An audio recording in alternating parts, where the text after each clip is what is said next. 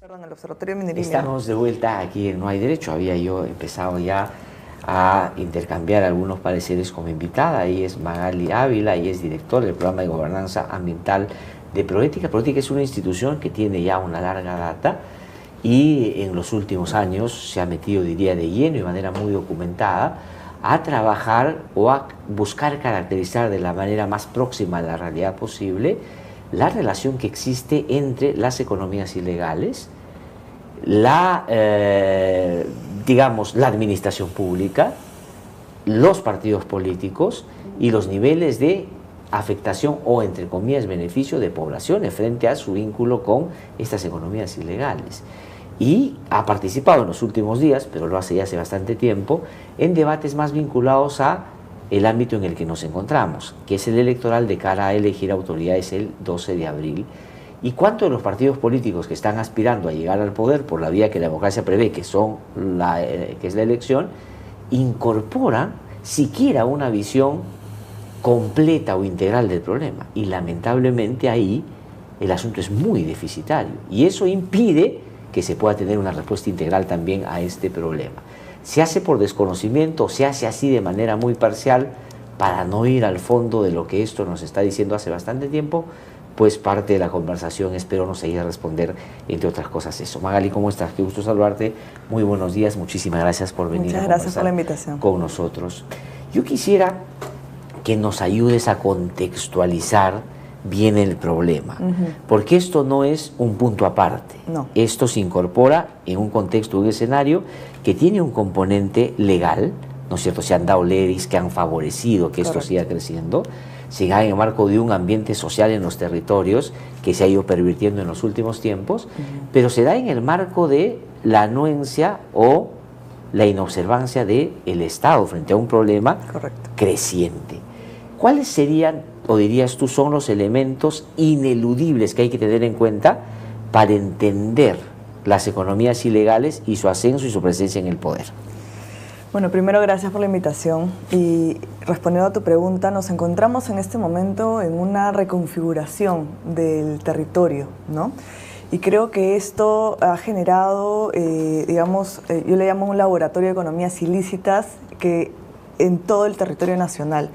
No hay una sola región de este país donde no hayan actividades ilícitas relacionadas a crimen organizado, articuladas, perdón, a crimen organizado, asociadas, por ejemplo, a tal ilegal, a minería ilegal, a narcotráfico, trata de personas, tráfico de tierras. Y todos estos flujos de dinero ilícito trabajan y se articulan entre sí, pero no se articulan solo y desde exclusivamente lo informal o lo ilegal, sino que además han ido, ya no como riesgo, sino que ya se han insertado en un mercado formal. Es decir, han empezado, nosotros ahora lo estamos llamando como una industria criminal, ¿no? Es decir, hay un aparato que ya está funcionando y que desde estos flujos de dinero ilícito provenientes, por supuesto, de esas actividades ilícitas, están capturando actividades lícitas, ¿no? De fachada. Entonces tienes empresas de fachada, tienes sector de transporte, sector de comercialización que está siendo, digamos, insertado por estas economías y capturado también por estas economías. De acuerdo, ¿no? vamos a entrar en detalle, hemos pero unos ejemplos muy concretos para que nos sigan, vean qué cosa es lo que está pasando en alguna actividad específica y de pronto la minería ilegal explica mucho de lo que está pasando. Pero quisiera datos de contexto que ustedes desde Proética han también difundido como suelen hacer. Por ejemplo, la alta percepción de la corrupción en el país, y esto es bien importante, porque un país que se ha convencido y se está acostumbrando a que la corrupción es inamovible y es creciente y es un sentido común ya, entonces todo lo que pueda pasar se justifica en su acto de corrupción. 88% percibe que el aumento de la corrupción, digamos que la corrupción es sistémica, 88%. Pero miren este dato, el 94%, o sea, 10 de 10, ¿no es cierto? 10 de 10, o 9 de 10 si uno quiere ser conservador, de los ciudadanos vincula la corrupción con las economías ilegales. Sí, sí. Ese dato, ¿qué nos está diciendo? Claro, a ver, Para contextualizar, nosotros hacemos una encuesta cada 2 años Ajá. en Proética, ¿no? Y lo que hacemos es medir percepciones de corrupción de la ciudadanía, ¿no? Esta encuesta se hace a nivel nacional y estos datos que tú has mencionado han salido en la última encuesta Sí. que nosotros hemos sacado en el 2025, 25. en diciembre. Este es un bloque específico que trabajamos para economías ilícitas. Por primera vez trabajamos un bloque específico para este tema porque había que abordarlo. Ya habíamos tenido temas específicos para Tala, ¿no? Y lo que tú mencionas, por ejemplo, que el 94% de la ciudadanía vincula la corrupción como economías ilícitas, yo sí, este es un dato fundamental porque además tiene que ver con que la ciudadanía ya está siendo tocada, ¿no? Es diferente, por ejemplo, salió un índice también similar que es de temas de corrupción, pero es un índice de sector académico. Pero este índice es de la ciudadanía, Claro. es una percepción absoluta de cómo la delincuencia, el sicariato, etcétera, están articulados dentro de los territorios, pero además está percibiéndose para el ciudadano que lo está tocando. Hay un dato adicional que no has mencionado y que sí me gustaría indicar, que tiene que ver con que el 41% de la ciudadanía reconoce que las economías ilícitas generan o son la única fuente de ingresos, de empleabilidad en sus territorios. Este dato es un dato que nos interpela, Claro. ¿no?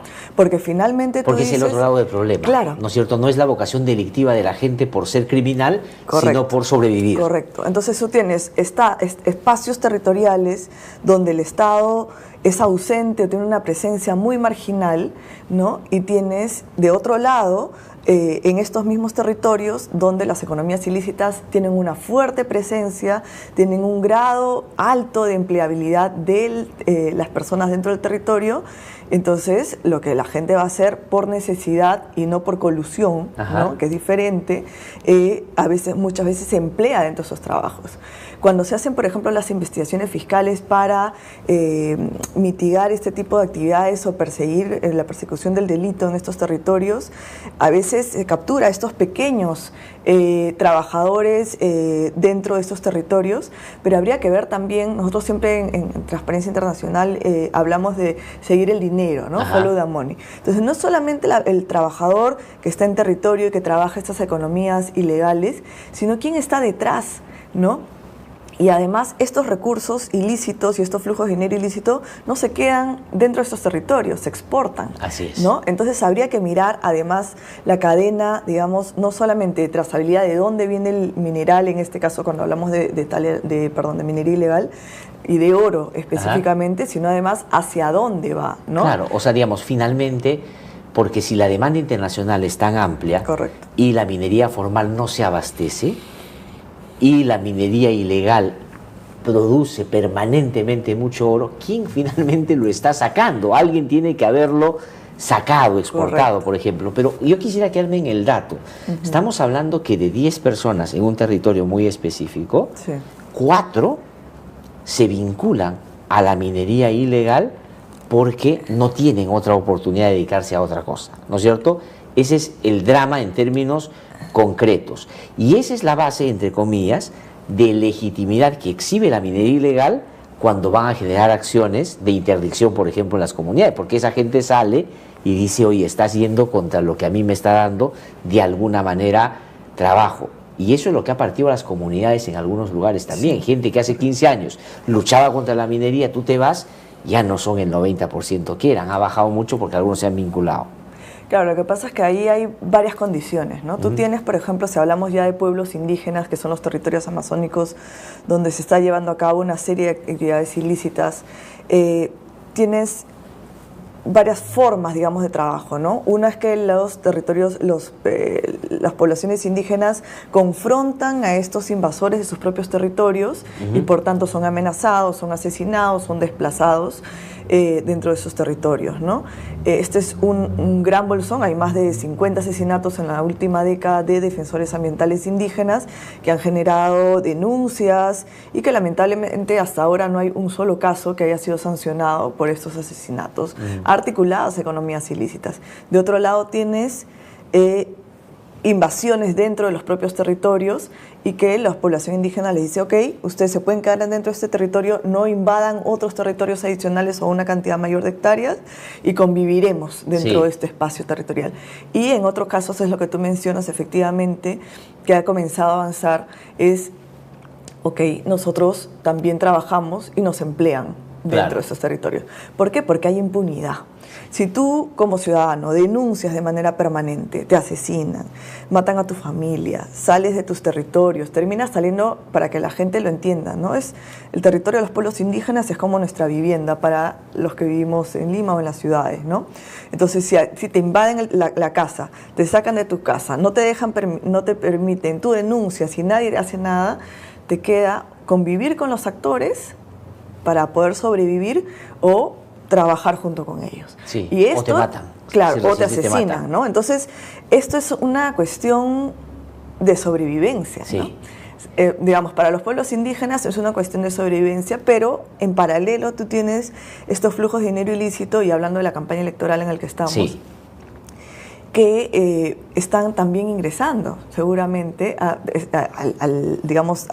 financiamiento de los partidos políticos, etc. Tenemos un flujo de más de 4.600 millones de dólares provenientes de economías ilegales, específicamente el tema de minería ilegal. La Unidad de Inteligencia Financiera sacó ese dato en el 2023, y este es un dato bien clave, ¿no? Porque estamos hablando no de un monto menor, sí, ¿no?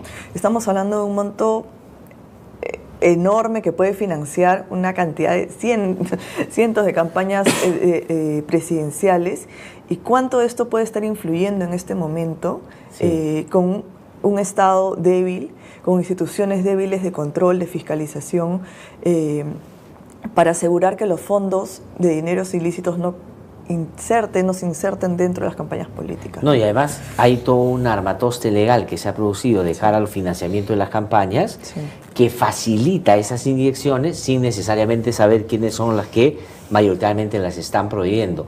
Y eso explica también que, por ejemplo, el Reinfo se haya prolongado tanto tiempo. Correcto. Y los consensos que se han generado, y que el defensor del pueblo esté a favor, y que el Tribunal Constitucional esté a favor, sí, y las movilizaciones que generan, que son, digamos, bastante nutridas, porque ahí se combinan los que están metidos en la ilegalidad y los que están metidos por necesidad, porque muchas veces la gente que se moviliza es esa gente que, digamos, vive de eso, correcto, pero no es que se ha hecho millonaria con eso, sobrevive en algunos casos, ¿no? Sí, correcto. Hay un dato que me gustaría contarles, que lo hizo el Instituto de Criminalidad, ¿no? Y lo trabajaron, me parece bien interesante, es que digamos, las ganancias de ilegalidades, ¿no?, podrían financiar más o menos 2.300 campañas presidenciales. Imagínate. Esta es una cosa monstruosa, ¿no? Sí. O sea, como dato creo que es importante porque te grafica el nivel de influencia que puede estar habiendo, digamos, sí, de acuerdo a la cantidad de flujos de dinero ilícito. Evidentemente, no es que todo este dinero vaya a ir a financiar campañas, pero lo que estamos viendo es que podrían haber influido o influenciado, sí, o estarían influenciando. El otro día veía, ¿no?, que la gente de Lipe, me parece que hacía una proyección, sí, y un cálculo. Decía que si solo se tomara el 0.2% de todo lo que mueve la minería ilegal en un año, tendría cerca de 240 millones para corromper a todo el que quiera. Sí. Sí, sí, y 240 millones de Perú corrompes a cualquiera, realmente. Para poner solo un dato de la dimensión del problema. Ahora, ustedes también tienen unos datos bien interesantes. Por ejemplo, tú has hablado de la convivencia de varias economías ilegales en un territorio, sí, donde quien pone las reglas son ellos, y los que viven ahí no están vinculados, o se vinculan, son sometidos a dinámicas de alto riesgo, o finalmente de alguna manera van contemporizando con ellos porque no les queda otra. Pero dicen, la cocaína, por ejemplo, tiene presencia en 21 regiones, sí, 13 en materias primas y 10 en transformación, 12 en distribución interna y 8 en exportación. La minería ilegal se extiende a por lo menos 18 regiones del país. O sea, digamos, están en todo el territorio nacional. Por eso hablaba al inicio de que estamos hablando ante una reconfiguración territorial, ¿no?, a partir de las economías ilícitas. Y otra cosa que, por ejemplo, no se menciona mucho tiene que ver con que muchos de los actores mencionan dentro de sus planes de gobierno, en este caso vuelvo al tema electoral, como parte de una agenda ambiental, ¿no? Pero hay que sacar este tema de la agenda ambiental y ubicarlo en una agenda mayor, claro, porque este es un problema estructural. O sea, no es que no tenga un componente de altísimo daño al ambiente. Tiene un impacto ambiental, pero no es el único. Pero no es exclusivamente ambiental, claro, ¿no? Me refiero, por supuesto que daña ríos, por supuesto que deforesta Amazonía, por supuesto que impacta en flora y en fauna, eso es innegable. Pero este tema, además, es estructural, porque genera flujos de dinero ilícito que pueden capturar y que están capturando regulatoriamente al Estado, genera una serie de componendas dentro de la estructura nacional, está debilitando la democracia, en paralelo está generando digamos, mayor cantidad de extorsiones, de delincuencia, de sicariato, toda esta sensación de inseguridad que vive la ciudadanía, que es uno de los principales problemas que percibe la ciudadanía en el país, tienen que ver y tienen parte, digamos, de su raíz en el aumento de las economías ilícitas dentro del territorio nacional. Pero además a eso hay que sumarle que captura y, si quieres, pervierte el funcionamiento del sistema de administración de justicia. Correcto. Que, lejos de perseguir, garantiza impunidad. Correcto. No solo con las leyes que da el Congreso, con el tribunal que las avala, sino con los jueces que la están aplicando y favorecen claramente a estos criminales, ¿no? Correcto. Y ahí, además, nuevamente lo engancho con el tema electoral en este momento. El riesgo en este momento yo creo que es mayúsculo comparado con otros temas. No solamente porque hemos tenido 8 presidentes en la última década y que eso ha minado en la institucionalidad, en la democracia y debilitado, digamos, técnicamente las instituciones públicas, sino porque este año electoral es bastante crítico, ¿no? ¿Por qué? Porque tenemos pues una alta necesidad de financiamiento, porque hay más de 37 organizaciones políticas que están compitiendo, ¿no? A nivel subnacional, por ejemplo, tenemos más de 10.000 candidatos, ¿no? Porque no estamos, en este momento todo el mundo está con el foco en la campaña presidencial, digamos, más nacional, pero también se viene y ya se están preparando la municipal, las regionales, etcétera, ¿no? Entonces, estamos hablando de gente que necesita muchos recursos para poder dinamizar sus campañas electorales. ¿Quién está dando estos flujos de dinero? Claro, y eso, digamos, en el caso sobre todo, tal vez en lo nacional, el gran cambio que ha habido en torno a la profundidad de la crisis y a los actores de la misma es que el crimen organizado ha llegado al poder. Yo creo que eso explica lo que está pasando a nivel nacional. Sí. Vemos una disputa ideológica también, pero no solamente, en fin. Pero en el ámbito local y regional ya están hace bastante tiempo, sí, porque lo más próximo para ellos es más necesario, es decir, tener el control territorial. Y ya a estas alturas, en el 2026, lo que van a buscar es terminar de capturar muchas de estas instituciones. Correcto. ¿No? Hay algo que a nosotros no solamente trabajamos pues desde Proética, desde el programa de gobernanza ambiental, no solamente trabajamos, digamos, desde Lima haciendo investigaciones, que está muy bien hacerlo, sino que además trabajamos con población indígena territorialmente. Claro. No, la valía de esto tiene que ver con la realidad concreta, sí, que ustedes muestran. Sí, entonces en realidad nosotros cuando hemos estado en territorios hay algo que se ve y que además se percibe dentro de la ciudadanía, que tiene que ver con que antes antes se financiaba desde la oscuridad las campañas políticas, ¿no? Entonces tú sabías que tal candidato estaba asociado a la minería ilegal o estaba asociado a la tala ilegal o inclusive estaba asociado al narcotráfico por quien había financiado su campaña. Ajá. En este momento los rostros visibles de ciertos actores que están, digamos, candidateando a nivel subnacional son algunos que ya están articulados directamente, ¿no? Ajá. Y que inclusive tienen investigaciones abiertas. O sea, que ya no son intermediarios, no, sino son los protagonistas, sí, del negocio ilegal. Con investigaciones abiertas en fiscalía por temas de tal ilegal, por temas de minería ilegal, por temas de tráfico de tierra. A mí me toca viajar mucho también. Es imposible que no sea mano de las economías ilegales el hecho que algunos lugares que en índices, digamos, de ingresos y todo, han mejorado producto de la inyección de las economías ilegales, sí, no te des cuenta pues que esa cantidad de paneles que hay, la publicidad, los hoteles de 5 pisos, lugares donde tú dices esto no se condice con lo que hay aquí, tiene que ver justamente con esas economías, ¿no? Sí, claro. El asunto que es uno de los riesgos también que hay en este momento tiene que ver con lo que decía hace un momento, con el débil aplicación de la justicia, ¿no? Ajá. Y la débil fiscalización y el débil control. En este momento, por ejemplo, las fiscalías ambientales, su presupuesto para hacer sus operativos es 0%, sí, pues, en muchos de los casos, ¿no?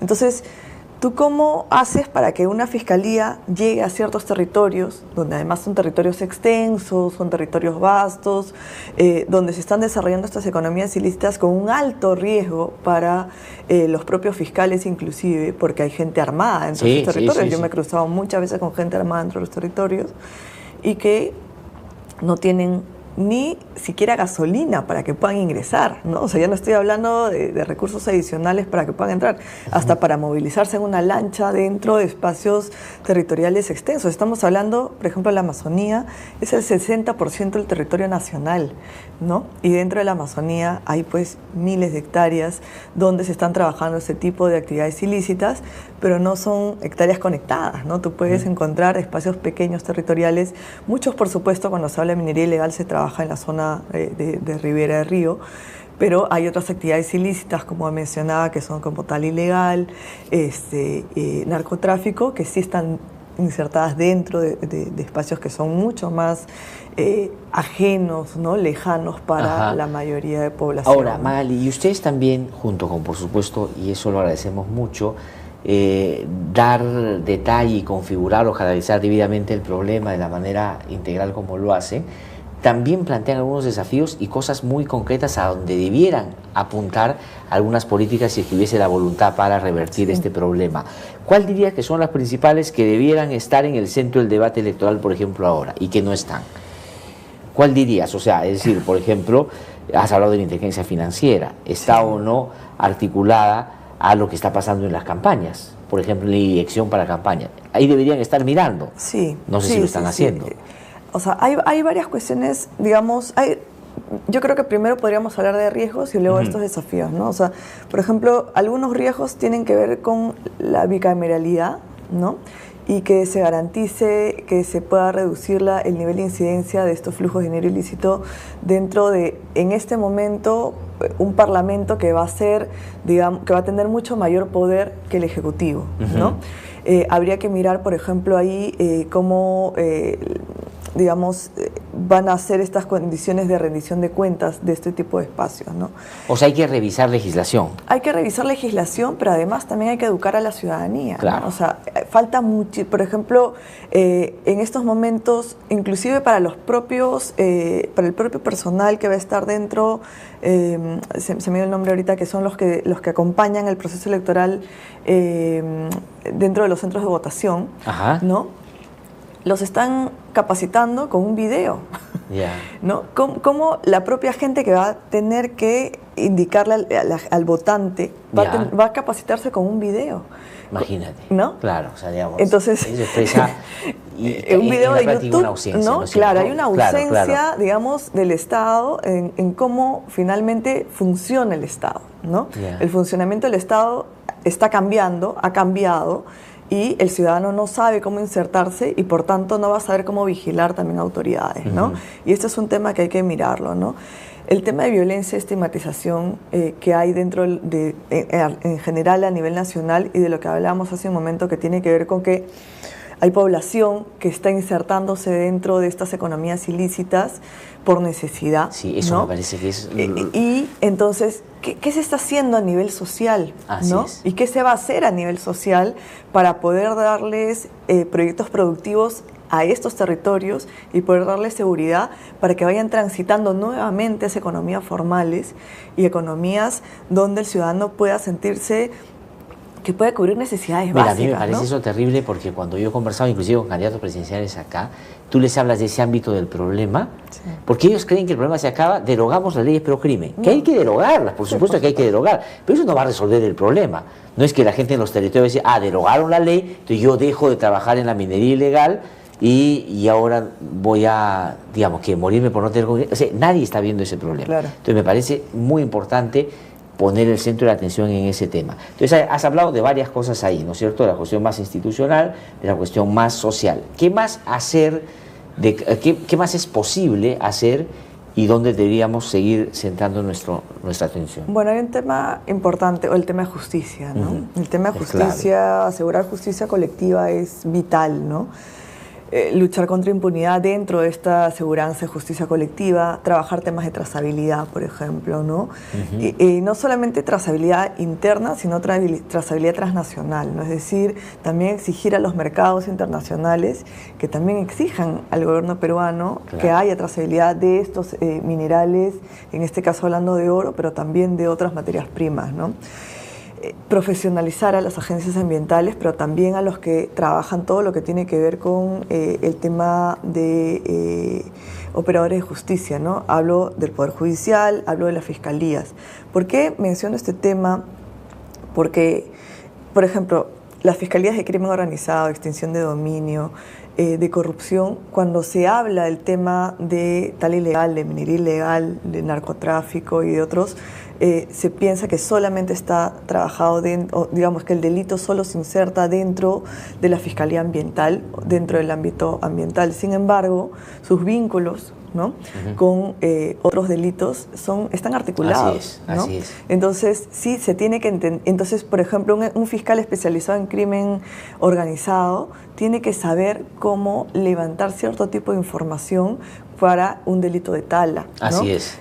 Para un delito de minería, porque se tiene que saber. Que tiene su singularidad. Porque muchos de los casos, de los grandes casos, ¿no? Se han caído no porque no hayan buenos fiscales, sino porque no tienen este grado de especialización que se les podría brindar para que puedan levantar un libro de operaciones, por ejemplo, en un aserradero y que sepan de dónde está proviniendo esta madera con las guías de transporte forestal o con lo que se ha ido certificando dentro de los espacios, ¿no? Y bueno, por supuesto, garantizar dentro de los territorios una representación también de los población, ¿no?